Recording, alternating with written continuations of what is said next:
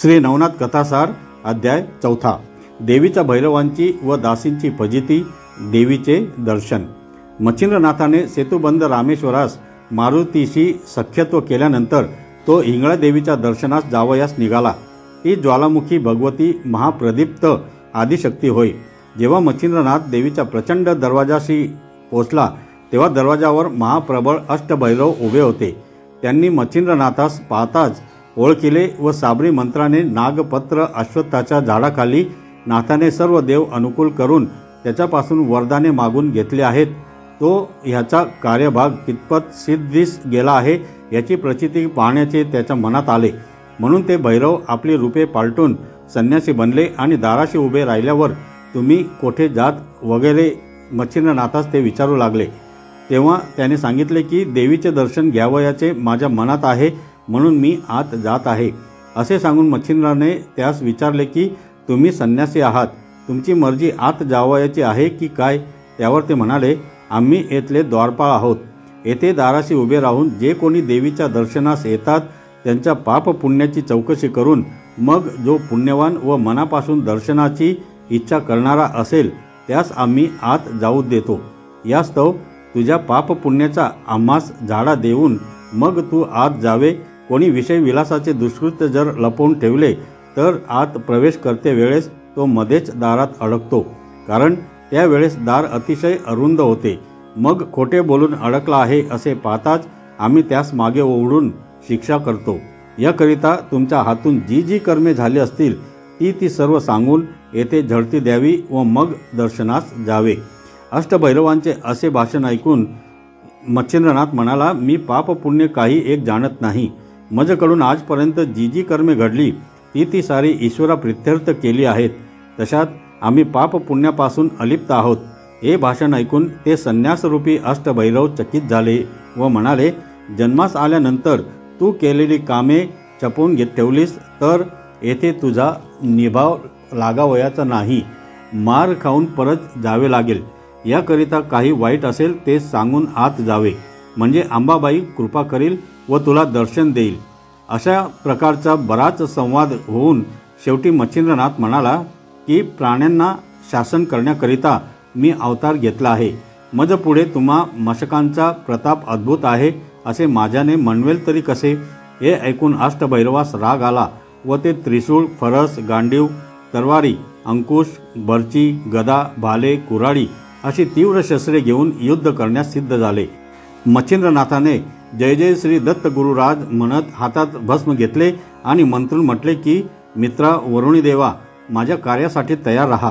अग्निनी, वरुणी, अग्नी, वायू, इंद्रादी देव, गण, गंधर्व आदी करून सर्वांनी कार्यामध्ये सहाय्य करण्यासाठी तयार राहावे. तुम्हा सर्वांना मी नमस्कार करतो. अशा रीतीने सर्वांना युद्धाचे आमंत्रण करून मंत्रलेले भस्म दाही दिशास फेकले. नंतर वज्र पंजर प्रयोग म्हणून विभूती अंगास लावल्यानंतर त्याचे शरीर वज्राहून कठीण झाले.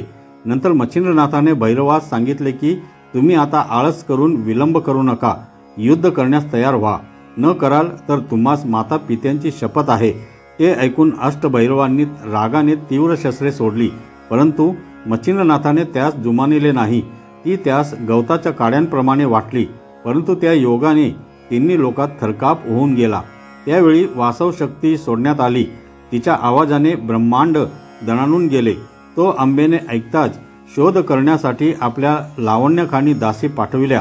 त्यांनी हा प्रलय पाहिल्यानंतर दुसऱ्या असंख्य दासी मदतीस आणून शस्त्रास्त्राचा मजबूत मारा चालू केला, परंतु मच्छिंद्रनाथाने त्या सर्वांचे निवारण केले आणि बुलविणारे मोहिनी अस्त्र कामशरामध्ये योजून प्रेरितास्त्र त्या अस्त्राने दासीच्या देहात गुप्त संचार करून पिशाच्या समान सर्वात भ्रमविले.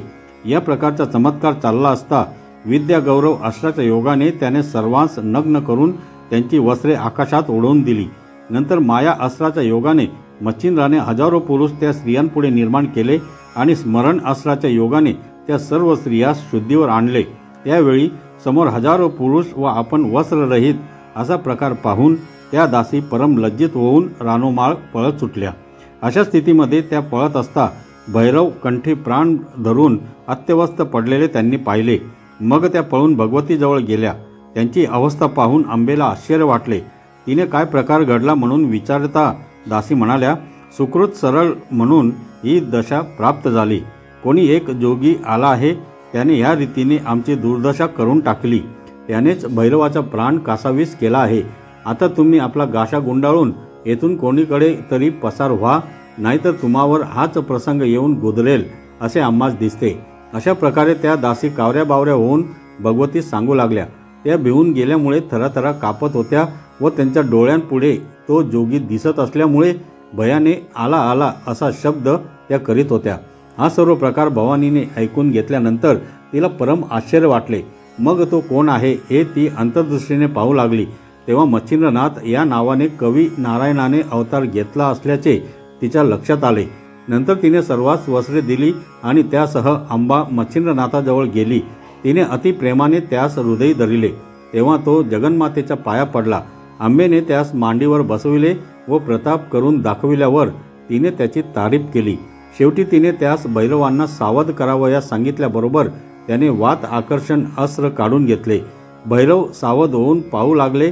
तो अंबा मच्छिंद्रनाथास मांडीवर घेऊन बसली आहे असे त्यांच्या दृष्टीस पडले. त्यांनी देखील मच्छिंद्रनाथाची तारीफ करून त्याला शाबासकी दिली व नाग अश्वत्थाखाली संपूर्ण दैवते प्रसन्न होऊन त्यास आशीर्वाद दिल्याबद्दलचा मूळचा साधंत मजकूर आंबेला कळविला. तो ऐकून माझ्या मनात तुझा पराक्रम पाहावा असे आले आहे म्हणून आंबेने नाथास सांगितले. त्यावेळी तू सांगशील तसे मी तुला करून दाखवितो असे नाथाने म्हटल्यावर तिने पर्वत आकाशात उडवून पुन्हा जागच्या जागी आणून ठेवावयास सांगितले. हे ऐकून त्याने वातास्त्र योजून व मंत्र म्हणून भस्म पर्वतावर फेकले. तेव्हा पर्वत आकाशात भ्रमण करू लागला. मग तिने त्याची पाठ थोपटून वाखाणणी केली आणि पर्वत उतरावयास सांगितले. तेव्हा त्याने वायू अस्त्र काढून घेऊन पर्वत जागच्या जागी आणून ठेविला. ते पाहून आंबेस संतोष वाटला. मग नाथास घेऊन अंबा आपल्या स्थानास गेली. नाथ तेथे त्रिरात्र राहिले. जाते समयी आंबेने प्रसन्न होऊन त्यास सप्रास्त्र आणि भिन्नास्त्र अशी 2 अस्त्रे प्रसादादाखल दिली. त्यांचा स्वीकार करून मच्छिंद्रनाथ आंबेस नमस्कार करून निघाला. तर मंडळी, पुढील अध्याय नक्की ऐका. धन्यवाद.